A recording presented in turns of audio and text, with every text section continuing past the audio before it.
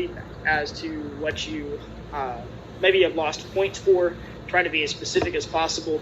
For the most part, the projects are really good, and the averages across both the graduate sections and the undergraduate sections are quite high. I think about a 24 and a half might have been the average for that. It's a little bit above like an 81%. There were some common mistakes just with regard to specificity of some of the data, really reporting all of the data, numbers, percentages, alignment of data to scale of measurements. But anyway, that's all there. I made sure that anybody within a group had the feedback, so no one had to share. I think there maybe one person that might have a shared group across that. So I worked hard on that because today that was due. And so really, if you are a midterm grade recipient, and maybe you have parents who had the ability to see your midterm grades, I'm not sure how that's set up for those to whom that applies. I think there was only about 6 students in this class.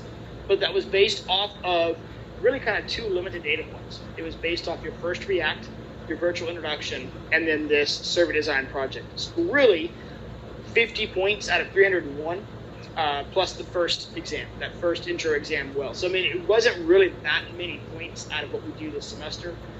So parents question that, just say, hey, I mean, this was just a small slice. This time, next week, you've got your introduction or development test. So today we're covering social development, and then Wednesday is the review. So you'll have that, and then this time next week is the exam. So I'll try to do what I did last time, portray just an sample question we can work through.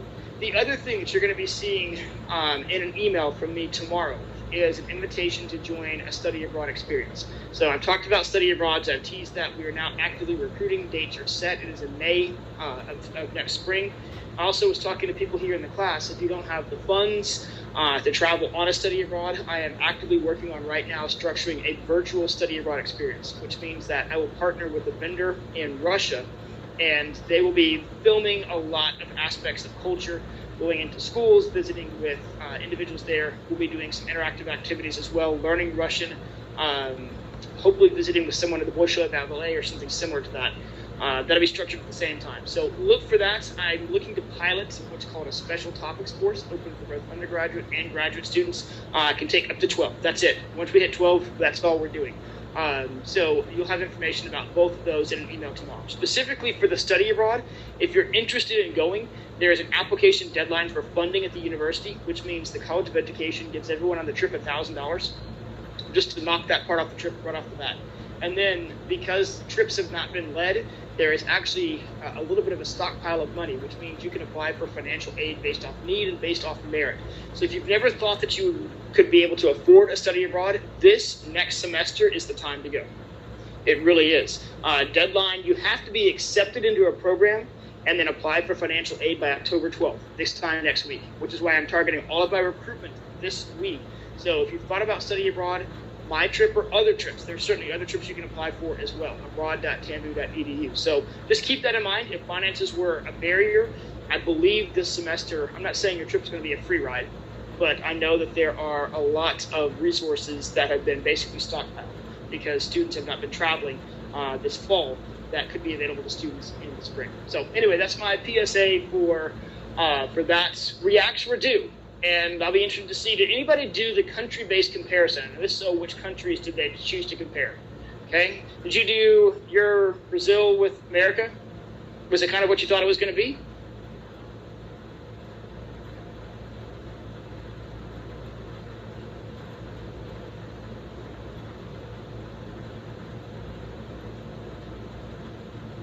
All right, so she focused on 2, and 1 she saw an alignment with, 1 she didn't see, and it's McKinsey, right?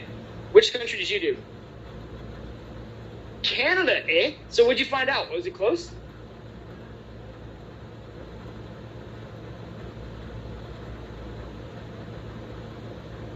Okay, so not far off. A lot of alignments. That was interesting. The neighbor to the north. Anybody else do the country-based comparison? Zoom room. Which country did you do? Korea? And that's your home country. And so were the differences what you thought? Were the similarities what you expected? What did you find out? Huge differences, but you expected that. So Zoom room, I'm curious. I've heard from people here, anybody do country-based comparisons? And if so, which ones? I did Spain. Spain. Okay, what'd you find out? I found out that in comparison to the U.S. is more masculine and more indulgent, and Spain is more feminine and restrictive. Okay, I'll be interested to read the results. Looks like Rashi did India.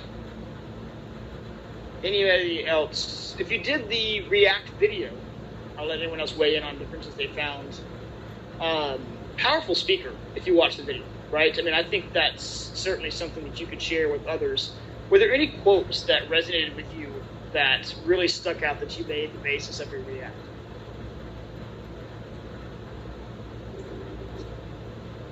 I think for me personally, what stuck out, I think, was the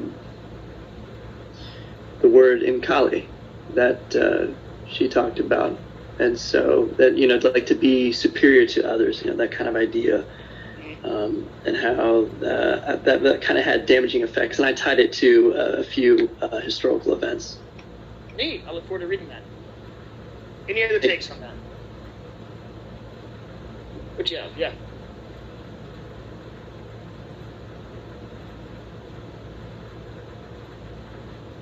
All right, so a single story creates stereotypes, and not that they're not true, but they're incomplete.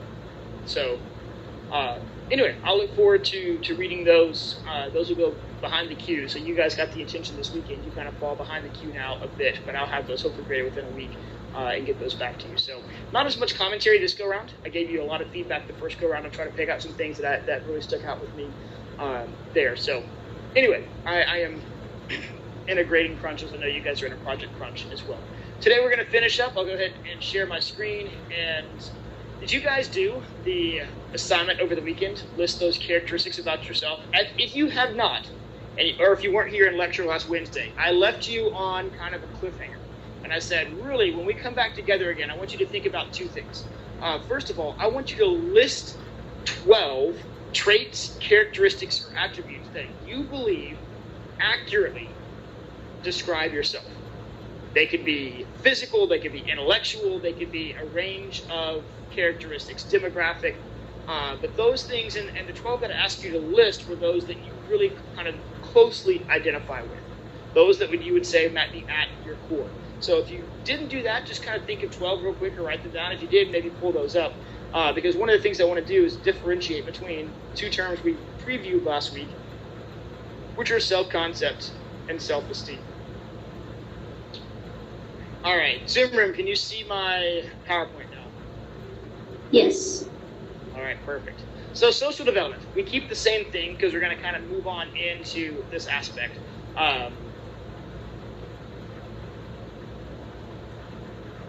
So let me kind of give you an overview of what we consider social development to be. We can skip forward one too many slides. There it is.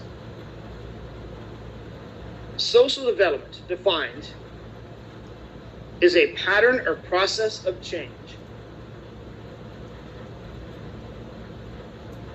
A pattern or process of change exhibited by individuals. A pattern or process of change exhibited by individuals that results from one of two things and then leads to an outcome. And they all begin with the letter I. So a pattern or process of change exhibited by individuals that results from, number one, I, interactions with others. Interactions with others.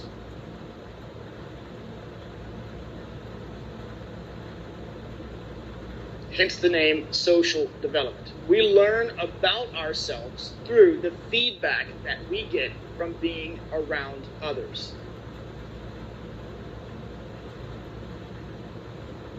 Number two, involvement in societal institutions.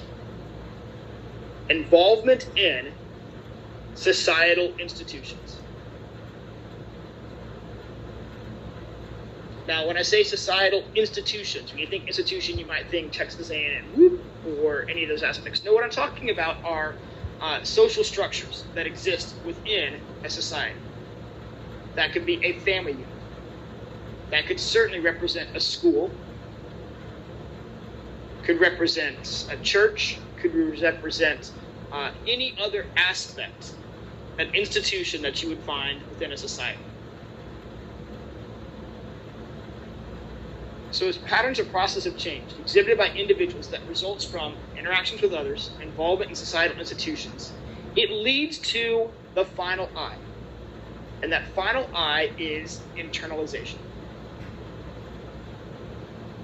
It leads to internalization. That internalization, what we take from others and from societal institutions, serves to change us.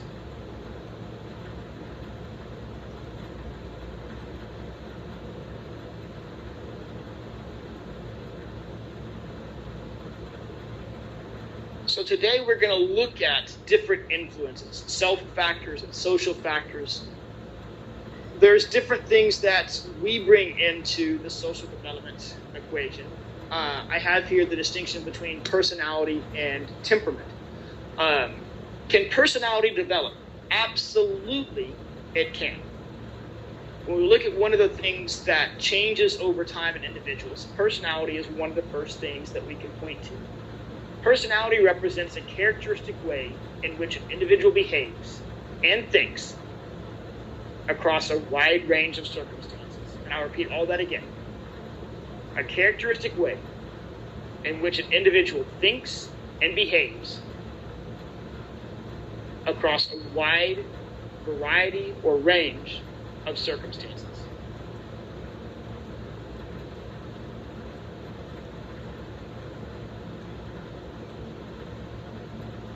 Now, we're not going to go into components of personality here today. How many of you guys have taken a Myers-Briggs type test that looks at your personality type indicators?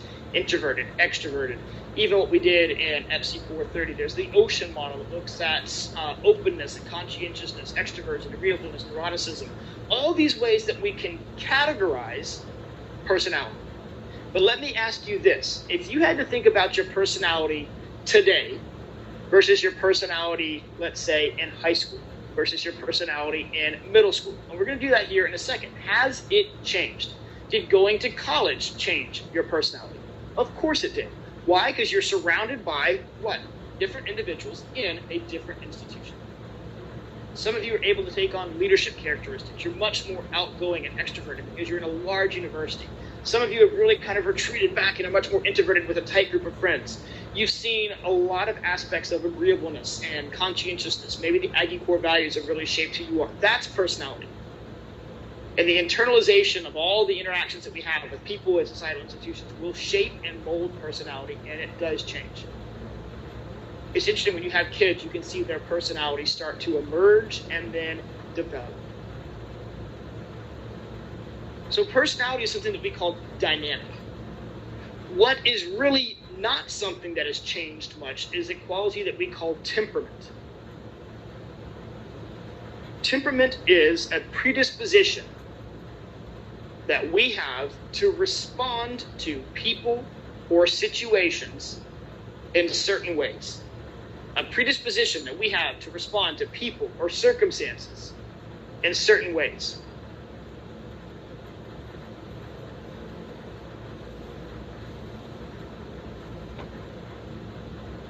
A lot of temperament is check this box or that box, and which is more characteristic.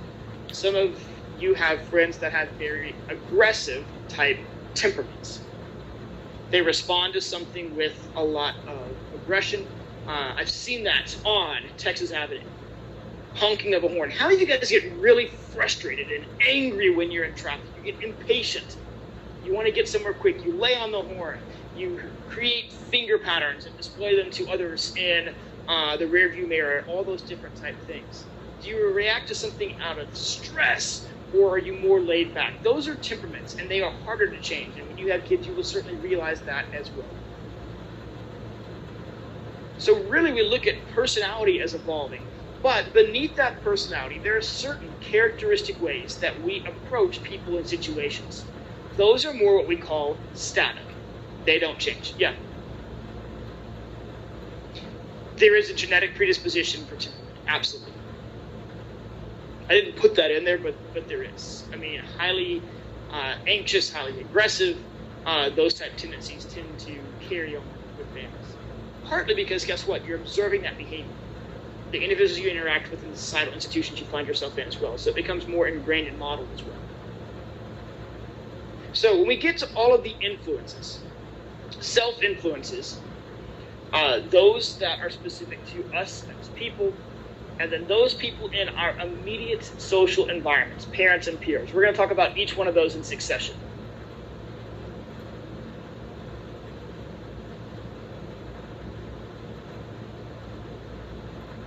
And then we're going to identify some social factors that can contextualize development, and probably, honestly, my favorite theory that I teach in all of my classes. You ready to? We'll get to that one, and I saved it for last. I saved literally the best for last. So let's kind of take these one by one, self factors, and this is where your kind of introspection assignment comes into play. Again, at the end of class on Wednesday, we had you differentiate between self-concept and self-esteem. Self-concept is the collection of traits, characteristics, and attributes that you believe is truly at your core, defines you. It's knowledge and belief about one's self. Knowledge and belief about oneself, comprised of various characteristics, traits, strengths that you would use to provide this composite, complete picture.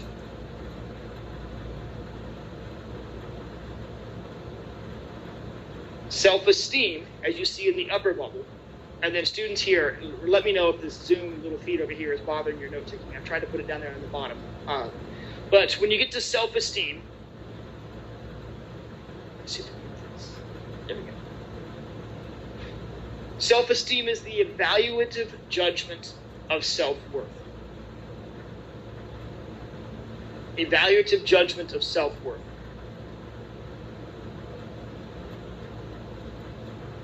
It's the value we place on the characteristics that are at our core. The value that we place on the characteristics that are at our core.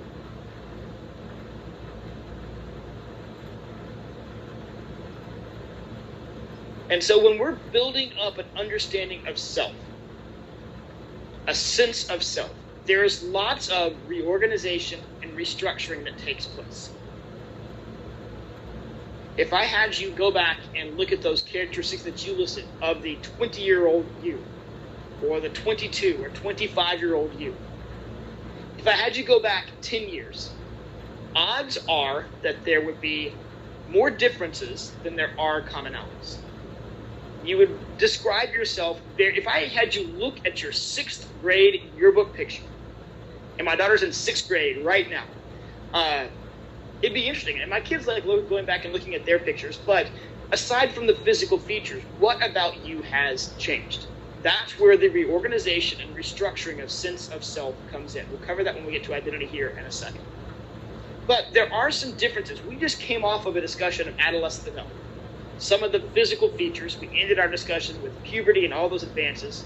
One of the things we see here as we look at these self-factors of development is there becomes kind of this strain on self-concept. And two differences or dichotomies.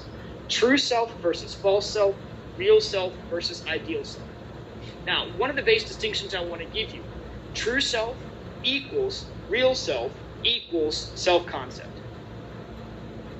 True self equals real self equals self-concept.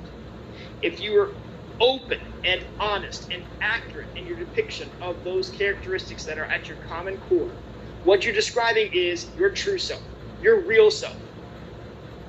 Those aspects that are true for you. All of those are equated. Now, where students and sometimes adolescents get themselves in trouble with the emergence of a personality is their self-concept is portrayed different than what it is in reality. And what do I mean by that? True self is who you really are. False self is who you portray yourself to be. It's known as an inauthentic self. You ever see that on social media? Of course you have, right? The people posting on Instagram, the idyllic life, all these things that are desired. What they're portraying is what they want people to see. That is false self-behavior. And man, does it send messages to those people who are viewing that. If true self is who you really are, false self is the pattern of portraying yourself differently. Why would we do that? For likes, acceptance, fitting in, showing off, inflating of an ego. All those aspects fall under false self-behavior. But what happens then for the developing adolescent or individual, if there's a big disalignment between true self and false self, we have what we call another I term. You ready for it? Incongruency. This inauthentic aspect leads to incongruency, and it creates a great cognitive and psychological conflict. It's a facade. People feel like they're living a lie. How they're portraying themselves is not actually how they are. It doesn't have to be an Instagram post. It could be the way that you talk, the way that you dress, the way that you refuse to associate or talk to other individuals, staying away from certain interactions because those people are not considered to be cool or in the in-group. That's all false self-behavior. All of us can probably think back to times in which we've engaged in that. Why? To gain acceptance, to be liked. But anytime there's a large gap or incongruency, we are kind of at a crossroad when it comes to social development. How we manage that conflict between this and that, which are really far apart. The same thing, real self, who you really are, ideal self, it's not how you act, it's how you wish you were. Real self is who you really are. Ideal self is who you wish you were. Man, when I was in middle school, I wish I was taller. I wish I was a baller. I wish I was. You go through the entire thing on that. I wanted to make the basketball team, but I was like a 4-foot nothing. Had no shot. Literally, actually, I did have a shot. I was the Steph Curry of my time. Unrealized potential. Never got a chance to show because I did not make the 7th grade boys basketball team. Man, my ideal self would have listed myself as athletic, as tall, as popular, as all those different type things. But the real self was not that reality. Again, differences, incongruencies. How do you deal with those things that you wish were characteristic versus those that are actual? And so when we look at this pattern and process of change, part of it is resolving incongruencies that exist between true self and false self behavior, real self and ideal self idealizations. Now, there's a flip side to real self. It's what we call feared self, who you dread becoming. Maybe you have someone that you don't want to end up like them because of such and such and such. And if you see yourself following their patterns or following their characteristics, that becomes another aspect as well. So therefore, we move over to self-esteem. So we have these conflicts with self-concept. One of the most powerful in adolescence, certainly, but all the way through emerging adulthood. I guarantee you guys have dealt with this and are dealing with this right now as well. Because you're starting to take on new roles and responsibilities. And all these things that are emerging with societal expectations and autonomy and wanting to be an adult and on your own, but yet you have these reliances. And all of this really kind of beats at you. So you're really still in this pattern and process of change right now. So when we get to self-esteem, that's how you feel about those characteristics. So as you can imagine, if there's great conflict between a true self and a false self, a real self and ideal self, where do you think your self-esteem is? Okay? Fluctuating as well. Now, fluctuation is common in social development.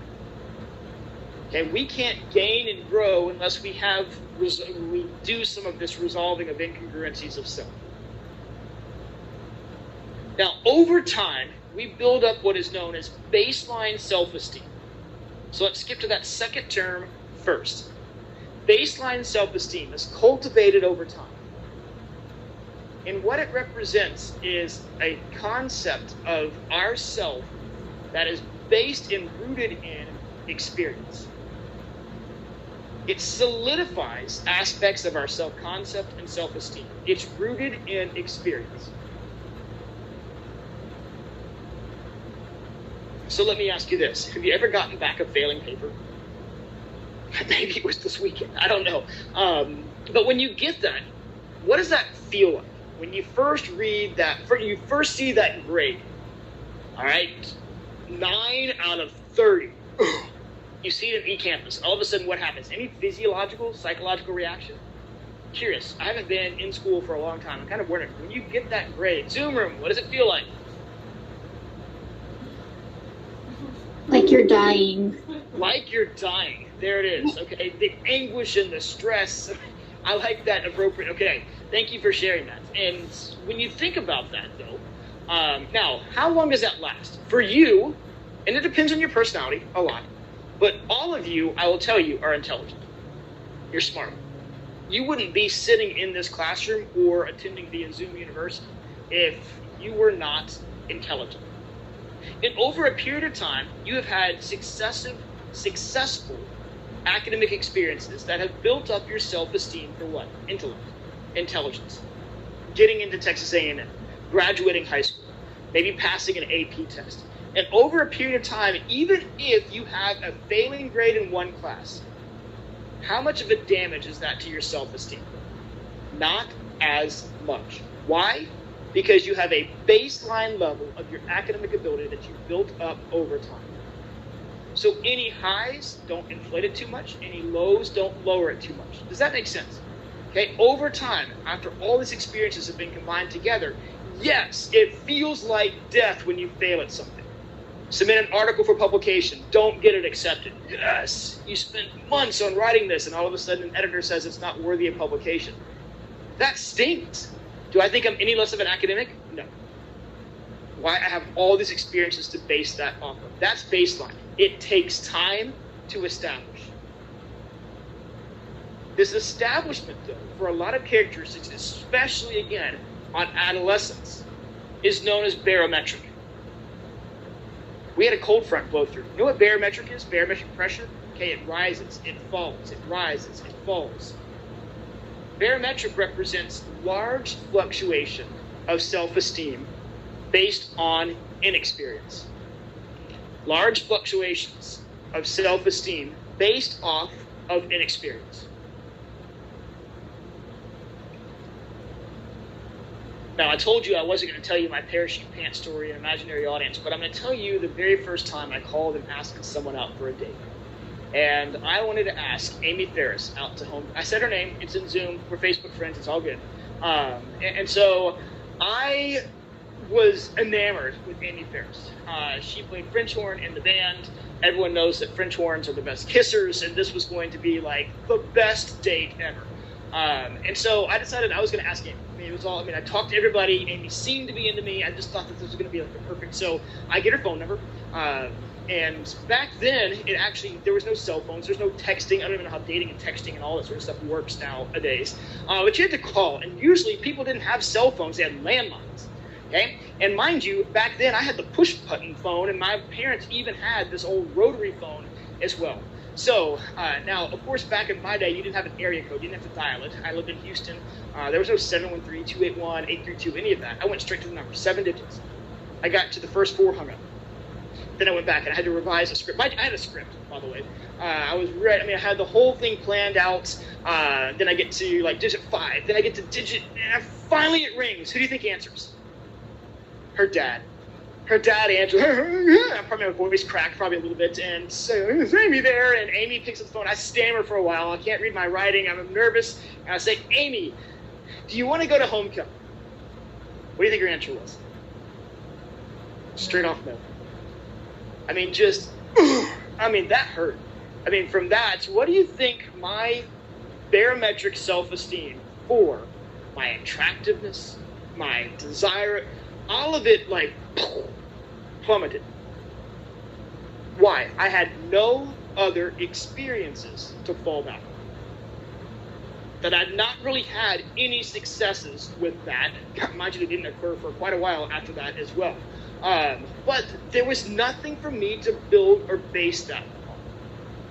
It took a while for me to feel comfortable with those aspects. Now, mind you, 9th grade, I'm developing. I'm shorter for my age. All these aspects that go into that. So that led to some insecurities. That's why you see these heart-wrenching, gut-wrenching stories about adolescents who are 11, 12, 13, 14, 15 years old, get bullied, and choose to take their own life. Why? That barometric aspect. They don't have enough positive experiences, positive affirmations, not just from parents, but from peers, to really provide them with that self-esteem that says, you know what, you're valued, you're liked. And it becomes a very, very vulnerable age. When you talk about minors being a vulnerable population, that's one of the reasons why right there. I don't mean to use a serious story to convey that point, but that's the difference between baseline and barometric. And over a period of time, all of you would probably feel pretty comfortable in your esteem-based aspects over a lot of the things we've talked about here today. Academics, athletics, those things that we would use to describe ourselves. Now, certainly there are things that we wish we could use to describe ourselves, but over a period of time, guess what? We socially develop. That's what we wanted to emphasize here. Through what? Interactions with others, involvement in institutions, and then what do we do with that information? We internalize it. It then informs us all about these aspects here, critical aspects. You can take an entire class over this, and if you're interested in it, maybe you're going into child life specialty work or other type things, counseling psychologies. This is critical. This is ground zero working with kids in a school setting, because you're going to have a lot of kids who need a lot of reinforcement in the building up of self-esteem. Kind of don't want to move on, but we have to. Now, one of the things that we also do with this reorganization and restructuring of sense of self is form an identity. Now, an identity also emerges over time. It is part of the developmental process. Identity is a self-constructed definition that we make about ourselves, a self-constructed definition that we form about ourselves. A self-constructed definition that we form about ourselves. When I teach this in adolescent development, I use the 2 R's, reorganization and restructuring. You've heard me say it a couple of times. Reorganization and restructuring of a sense of self. I love the term sense of self. Why? Because it's like SOS. I'm really actively trying to search here. A reorganization and restructuring of a sense of self. It is our view of who we are. It is certainly developed over time. Right now, I would argue that a lot of you are probably still in an identity search. And when we talk about search, there is a basically theory that goes along with this. James Marcia. Did I skip a slide? All right, I'll talk about this and we'll go back to Erikson theory. That's what I thought. James Marcia talks about identity formation. 4 possible outcomes of identity. And then the 2 dimensions. The dimensions we want to cover are commitment, the degree to which an aspect of your identity has been decided upon. The degree to which an aspect of your identity has been decided upon. Notice I didn't say the degree to which your identity in total has been decided upon. The degree to which an aspect. How many of you guys know what you want to do when you graduate college? Okay, not a couple of hands. Some of you are like, yeah, I don't know. This is a junior level course, 300 level course. Some of you are looking at grad school. Some of you are looking at an uncertain job market. Man, that aspect of your identity, profession, career, has not been locked in. You would still say that has to be figured out. That's what we're talking about with identity formation. So commitment is you have an aspect figured out. Exploration, the degree to which you are actively searching. The degree to which you are actively searching.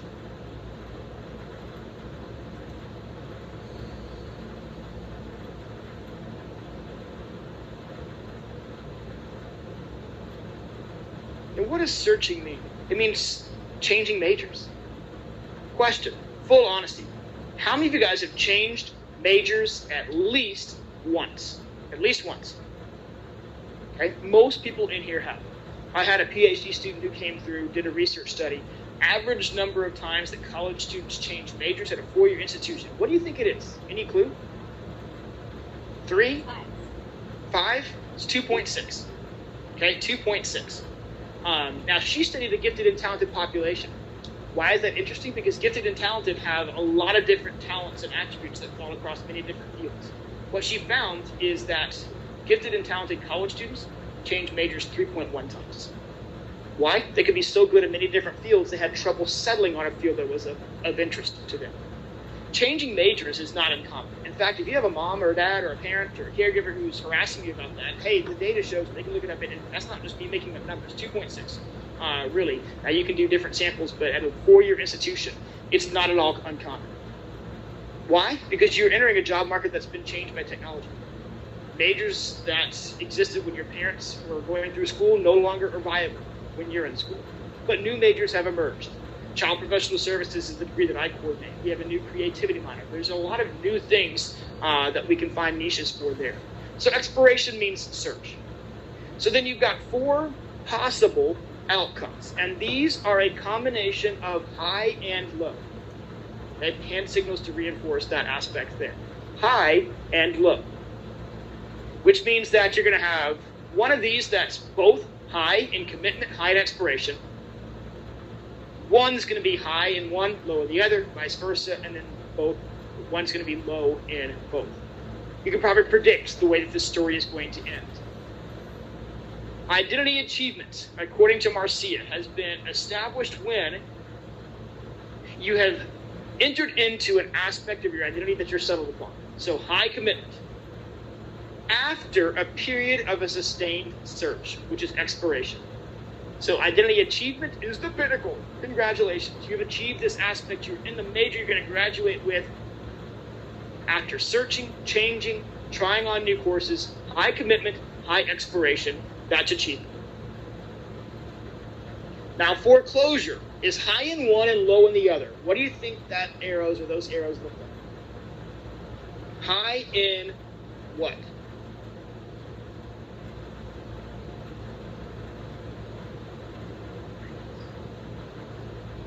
There it is. Thank you from the front row. Commitment.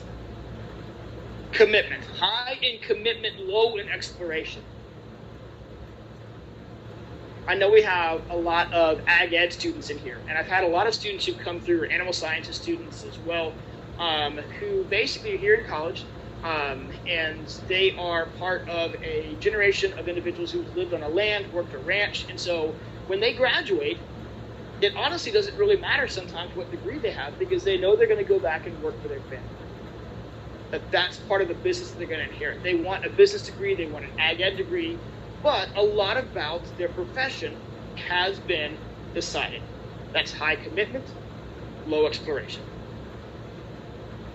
Now, that's a small number of students, and I find that a lot of my students have a wide variety of options and avenues available to them. The amount of recommendation letters I write for a variety of different programs is just astonishing what people do with different degrees.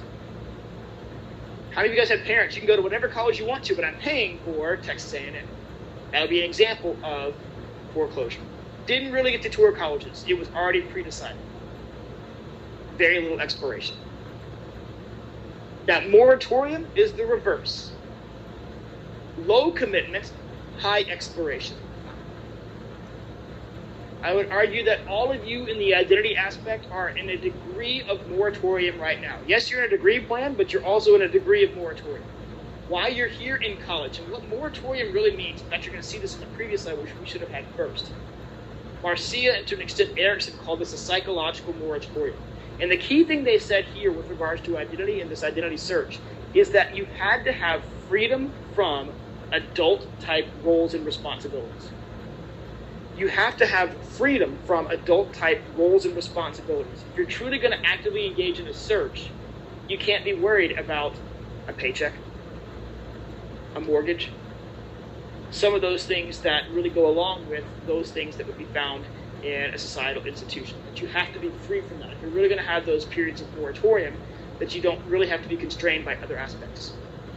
And finally, diffusion. Low in both. Low commitment, low exploration. Don't have any idea about the aspects of their identity, but aren't really actively engaged in pursuing anything other than video games.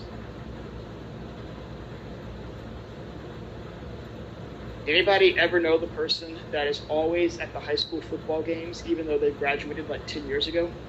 Okay, that would be maybe an example of identity diffusion.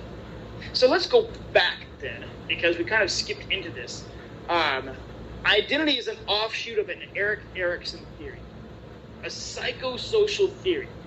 Now let's unpack that a bit. Psycho, okay, internalized thoughts. Social, developed in interactions with others. Psychosocial. And so Erikson came up with a theory as to how we interact with those, guess what, individuals and societal institutions.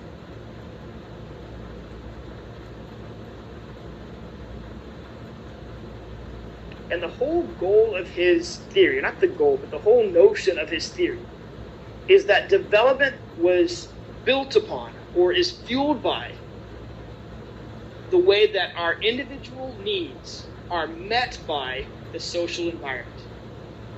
How our individual needs at critical periods in a life stage are met and fulfilled by the social environment.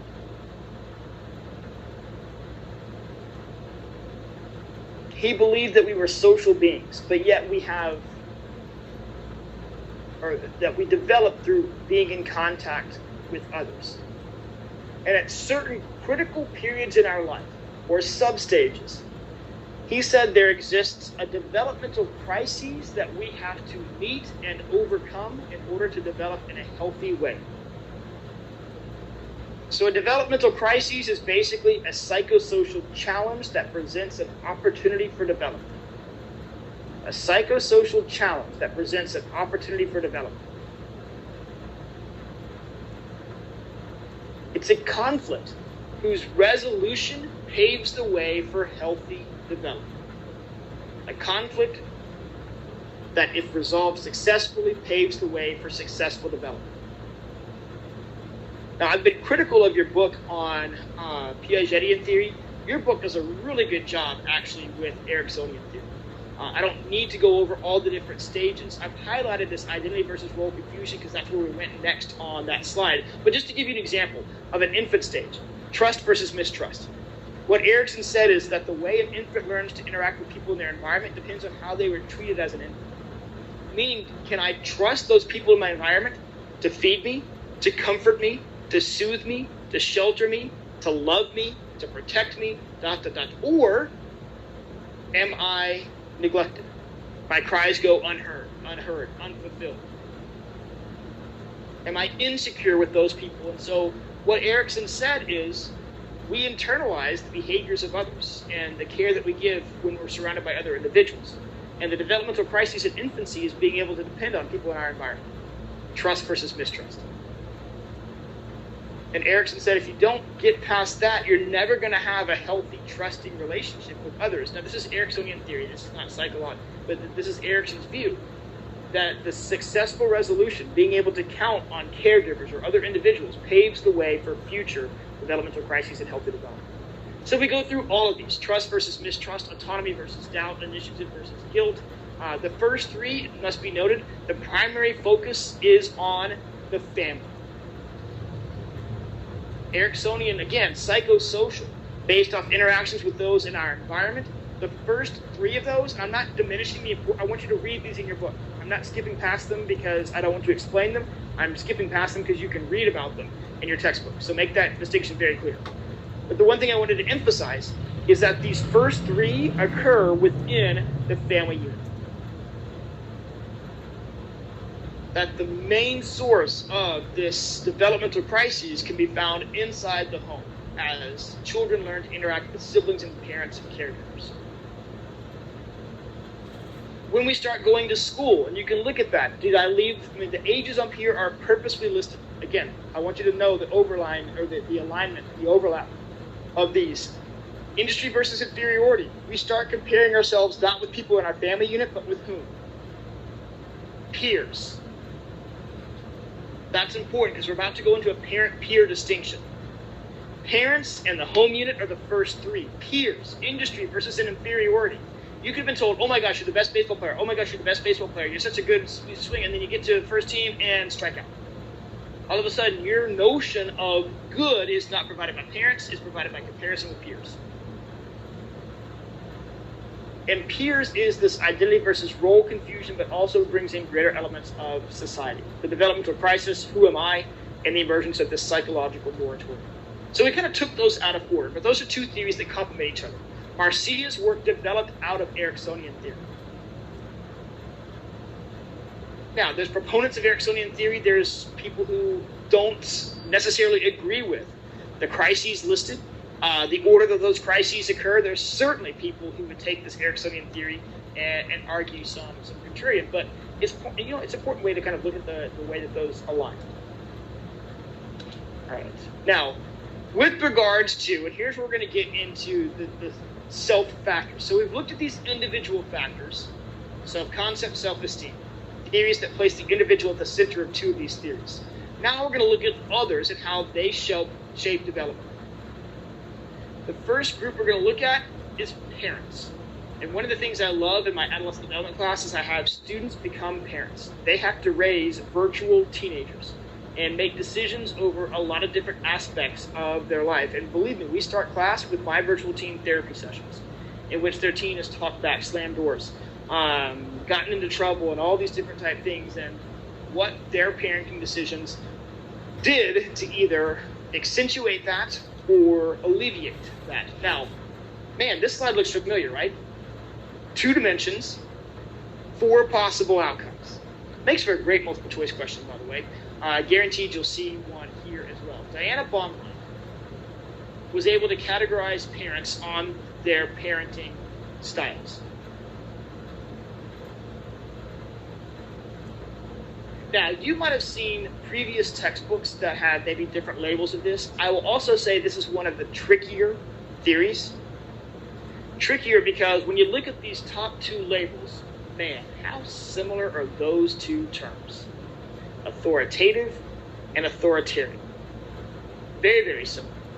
But let me give you the dimensions first. Demandingness. When we talk about demandingness, we talk about, to an extent, a degree of control, but it's the extent to which parents have active expectations for a child's behavior. Active expectations for a child's behavior. They have rules. They have regulations.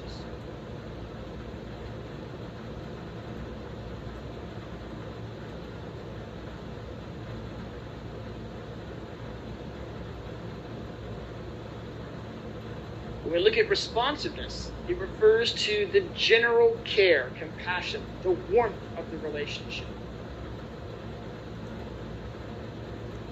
Caring, concern.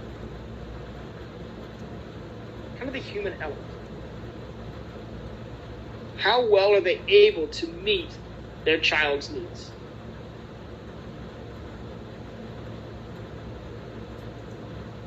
Now, many critics of Baumgarten's theory, one of the first things is how could you categorize parents in a 2D dimension? There really is 3Ds and 4Ds and 5Ds. So that's a very simplistic categorization. Hey, we have expectations and rules and standards, and parents try to instill those, and yet we have those parents that are also caring and compassionate and warmth and concern and communicative and all those different aspects there. Are those the only 2 aspects? No, I would argue there's many more aspects involved in parenting. But for this theory, that's the 2 that they identify. So then we do the same exact dance we just did on the last slide as well. High in both is 1, and different combinations are each. There's some important outcomes, though, that come with this as well. It's not on your slide, but I want to highlight them today because I think for especially those going into child life or education, these are essential. First of all, authoritarian. I've reversed this on you a bit. Authoritarian is high in demandingness, low in responsiveness. It doesn't follow the same pattern as the previous slide. I alphabetized them here. Authoritarian, high in demandingness, low in responsiveness. These are quote unquote your strict parents. They set rules. They don't want kids to backtalk or question them. If you live under my roof, then ... They're very involved, but they have a tight degree of psychological and behavioral control.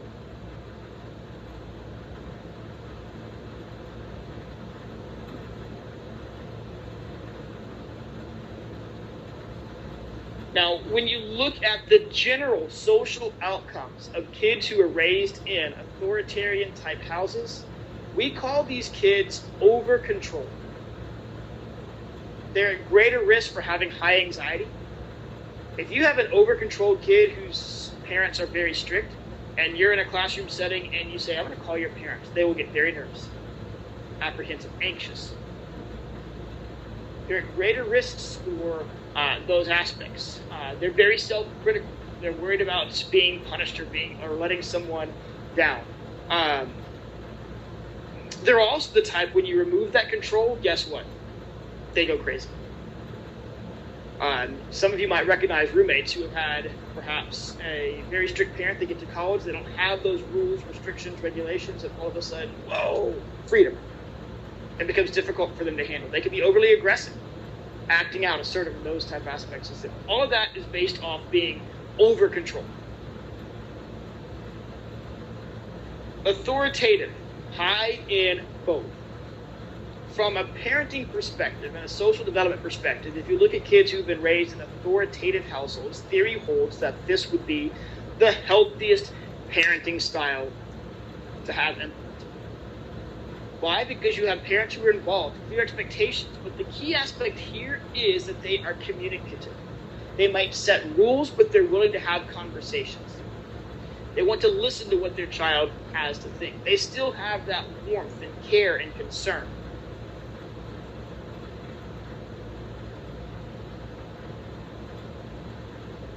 So it adds in that structure, but with the willingness to have conversations, to be deeply connected with their kids. Authoritative. Now, these make the worst roommates indulgent or permissively parented children. High in responsiveness, low in demandingness.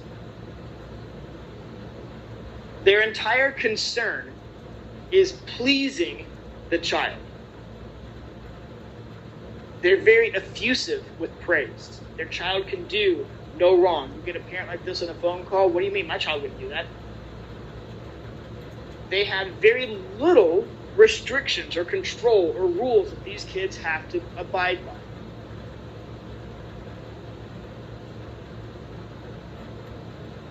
As a result, kids who come out of indulgently or permissively parented households are called under control. They're highly impulsive, they lack decision-making ability, cannot take personal responsibility for actions. They've never been asked to clean up after themselves or do the dishes. Anyone here ever had the dish battle with their roommates? Okay, you're not going to clean them, all mine. They're not mine, they're not mine, they're not mine, and all of a sudden you're eating off of whatever you can find because you refuse to do the dishes type thing. Indulgent, permissive. Finally, the lowest in both. Low demandingness, low responsiveness. This is a change. And it used to be, if you would have taken this course 6 years ago, 5 years ago, you would have seen neglectful listed here. But neglectful has been replaced in the literature and the theory because neglectful signifies intent, abuse. And oftentimes we go quick with that. This just means an uninvolved or uninterested parent, dismissive of the child. It could be based off circumstances. Maybe they are a single parent who's working 2 jobs and is rarely at the house. And so therefore, even though they're categorized as uninvolved, they still have a great degree of concern and care for their children. They're just not there as much to be labeled as anything other than uninvolved. Or you could have someone who intentionally dismisses a child. Okay? Dismisses their desire to have a connection, to have a conversation. They can't be bothered. Man, you try to get a parent like this to go to a parent-teacher conference, good luck getting them on the phone. Good luck getting them to respond to an email. Or having them take, it's your job. That's the type of response that you'll get here. And in my 1 year of teaching, I had all these parents. And it's really interesting.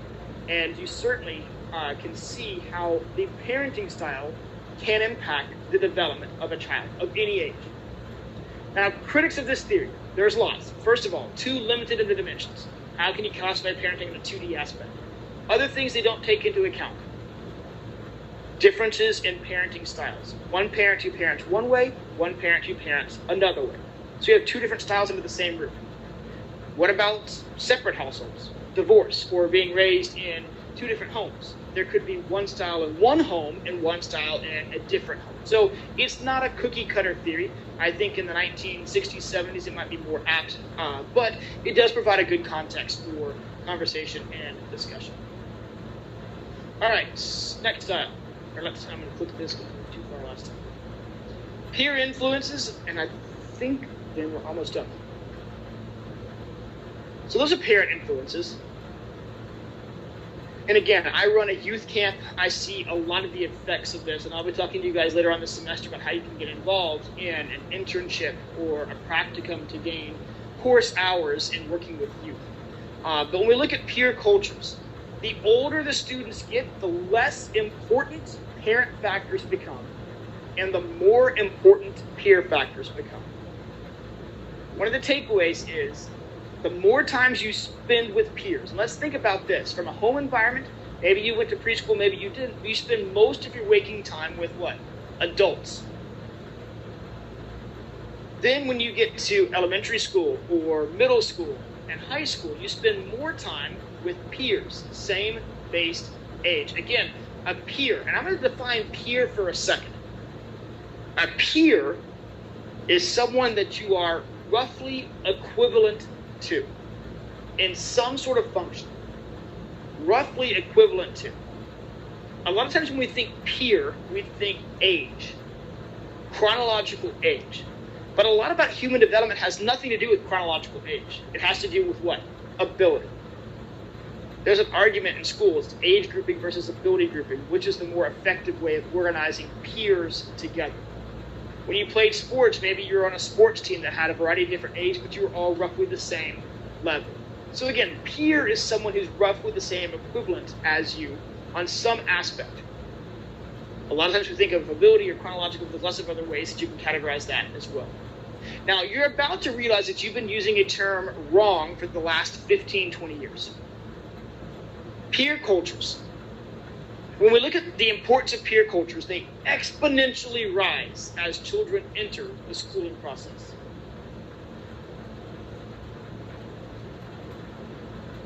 And a lot of socialization in childhood and adolescence occurs in what we call cliques. Now, when I say the word clique, positive term or negative term, what immediately pops into your head? Positive? I hear positive. How do you guys flash to Lindsay Lohan in the Mean Girls movie and the Plastics and Regina George and all of the... Now, when you think about that, and Mean Girls is a great movie. I saw it on Broadway, the musical as well. When we think clique, some of us had negative experiences with girls or guys or groups in high school, and so therefore we have a negative connotation. Let me tell you this. Cliques are a positive source of social development. Cliques are a positive source of social development. A clique is defined as a closely connected group of individuals who share one or more common unifying features. A group of one or more closely connected individuals who share common identifying features. Closely connected individuals who share common unifying features. What brings people together into these tight-knit groups is similarity. We become friends within it. Actually, this is a great existential question. Do we become friends with people because we're similar to them, or do we become more similar to our friends because we are friends with them? Just chicken and egg type thing there. But anyway, similarity. And if you think back to your best friends that you had in middle school and high school, odds are that you were basically connected on one or more dimensions. Maybe it could be where you live, neighborhood, and you spend a lot of time with them. But also beyond that, you both were in the same organizations.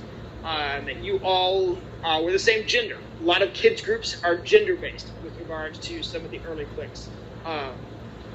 It's really unfortunate, though, when you look at all the demographic aspects. If you identified age and gender, one of the very first divisions amongst cliques, and this is still true today, is based off of race or ethnicity, the way that someone looks. And cliques based off of looks are really a prevalent way that cliques divide right off the bat. Socioeconomic status, those who come from wealthy neighborhoods, lower economic neighborhoods, all those different type things. But what do cliques do? They provide a main source of socialization. The main source of socialization. And why are they important? Because for the first time you are socializing and learning social skills with an equal. The main source of socialization, and which is not dictated parent to child, teacher to student. This is someone that you are on the same level with, the concept of peer. As a result, we can start sharing thoughts openly. Oh my gosh, my parents. Oh my gosh, my parents too. Feelings, emotions. When you know that kids have moved into the clique stage, oh my gosh, we've already gotten with my daughter. How was school today? Fine. Where'd you learn today? Nothing. How was your... It was okay. One of the biggest ways you can tell when students have started entering into this clique student phase is the intentional withholding of information. They withhold it from parents. Who are they talking about it with? Peers. That's where they share their thoughts, their ideas, their concerns, their likes, their dislikes, their fears, all of those different type of things. They form based off similarity, but it's where we learn how to interact with others. We gain social skills. Now, can cliques treat other people poorly? Of course they can. Point to any high school movie, John Hughes or otherwise, and you can see an example of a clique of connected, rich, affluent, whatever stereotype that you want to ascribe to that, treating the outcast or misfit kids in a negative way. So that's why we sometimes have a negative view of cliques, but from a socialization standpoint, cliques are imperative to the social development of a child. It can even be one person. Having one good, close friend that you are similar with in a clique can foster positive social skills. Now, crowds. We sometimes get cliques and crowds mixed up. A crowd is a large group of individuals who share a common feature. A large group of individuals who share a common feature. These are heavily stereotypically based organizations. And the best way I can illustrate crowds to you is I want you to think back. Everyone close your eyes. Stop typing for a second. Close your eyes and put yourself back into high school at lunch. You're at lunch. You have your tray, you have your lunch, and you're thinking about where you're going to sit. And you scan the entire cafeteria. Could you, right now, draw out your cafeteria and label where certain groups sat? And if you could, what you're labeling are crowd-based distinctions. Labels that group of people group individuals together.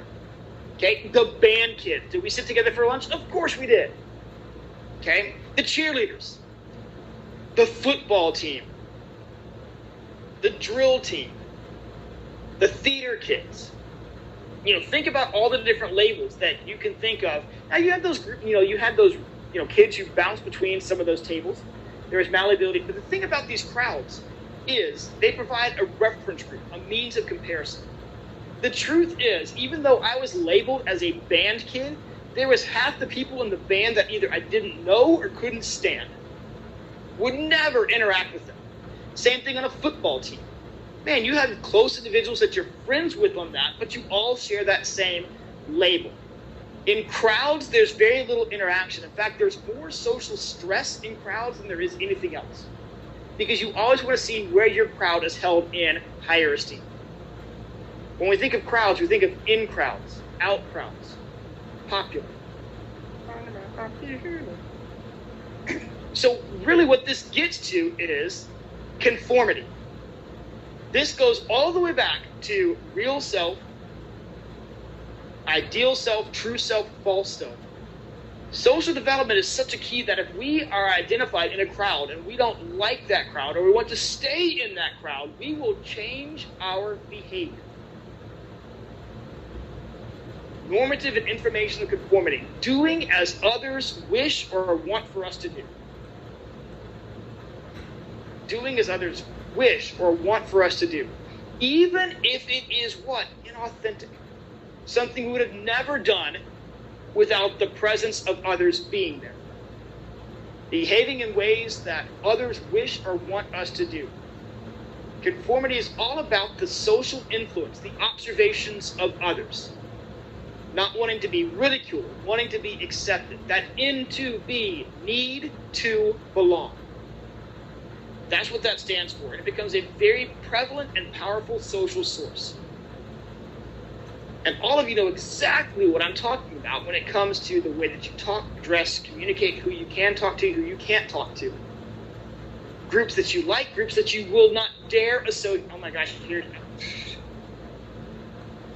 And those things can really shape social development. Cliques, good, because they promote these social skills within these tight-knit peer groups.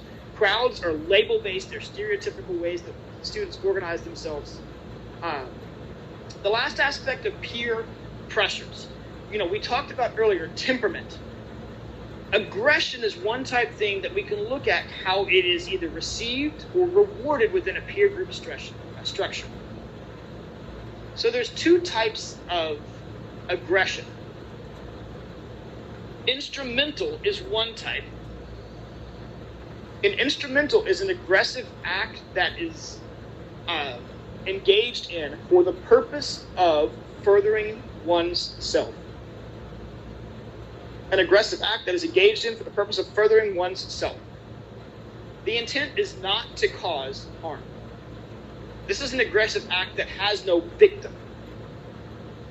What it means is it's an aggressive act that is meant to push someone upward, elevate their status, help them achieve something. You ever run for student council? National Honor Society. By the way, 4th grade. This is in 1983. There was a company that started called Nike, and they came out with a swoosh. And I was battling Trez Jones. He had the cooler name, right? Jay Woodward versus Trez Jones. Who do you think would win that? I was going to vote for Trez, right? But not so fast, my friend. Because I had a series of posters that said, run the winning way, vote for Jay with a Nike swoosh. In fact, I can even get to let me show you how cool this was, because I should have trademarked this all the way back then. I'll do this, and my logo is J-A-Y. And even today, sometimes I even sign things Dr. J. So anyway, I had that poster. I destroyed Trez Jones. I think I won with like 97% of the vote. Trez didn't stand a chance. That was instrumental aggression. I wanted that office. I wasn't debating Trez. We didn't have the 4th grade student council vote or anything else like that. There was nothing associated with that. But that was something that I wanted. You can think about head cheerleader, captain of the football team, first chair in a band, all those different type things. You work hard. You want to get something. Yes, will other people not like that outcome? Perhaps. But it's not anything directed at trying to intentionally hurt someone else. Instrumental aggression is praised by almost everyone. Teachers, parents, and peers. It shows ambition. It shows all these traits and characteristics we consider to be attributes that we want to perpetuate. Now, there's a different type of aggression, and it's called hostile or overt. Overt aggression is meant to inflict harm. Meant to inflict harm.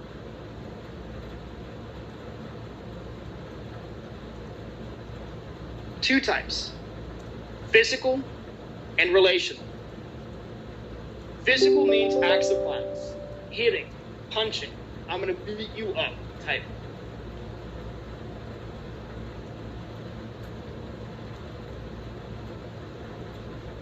And more often than not, gentlemen, guys who are more aggressive are viewed as being more popular by their peers.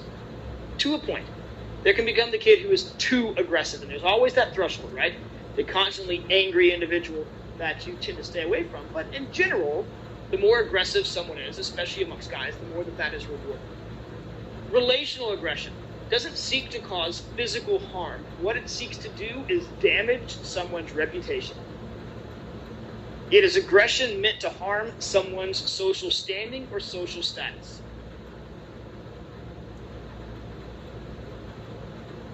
Not inviting someone to your birthday party. Refusing to talk to them. Spreading gossip and rumors about them. The ultimate act of relational aggression, the friending on Facebook. Little gang, there's murder trials over that. People who just take that way too personal, way too serious. But all of you have probably either initiated or been the victims of relational aggression. It's a way to kind of elevate oneself in the social standing or pecking order, while at the same time diminishing someone else's standing as well. And as much as we hate to admit it, this is valued by more girls. It's a type of aggression that, when viewed, the more socially or relationally aggressive a girl is, the more likely she is to be popular. Again, up to a point, at which time someone becomes just, no one can stand their interactions with them. And even though we've got one more slide to go, I'm going to have to save that for Wednesday. So Wednesday will be my favorite theory in the world. That's an invitation to come to class, right? I don't have time to go over it today. I always get caught up in stories. So we're going to get to Bronfenbrenner's bioecological model of development. You only have 2 slides. It'll take us about 15 minutes to cover. We'll cover that in class on Wednesday. After that, I'll give you a quick review. I'll probably even try to write a review question over Bronfenbrenner's slide. It is imperative that you come to the review. I'm going to break down the test as much as I can.